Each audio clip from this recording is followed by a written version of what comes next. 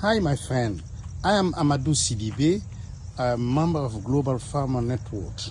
I will explain today a story.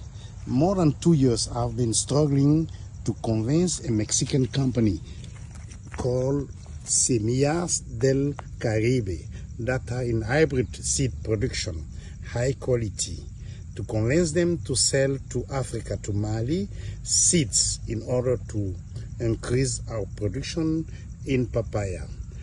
After 2 years discussion, they decided to accept to sell it to me. And also they are training me, they are coaching me to how to produce the seeds. From the seeds to go to the nursery. What is the best way to do? You can see now the quality of nursery I could produce in just 35 days. Good hybrid plants that we planted very soon. So this variety is Louve.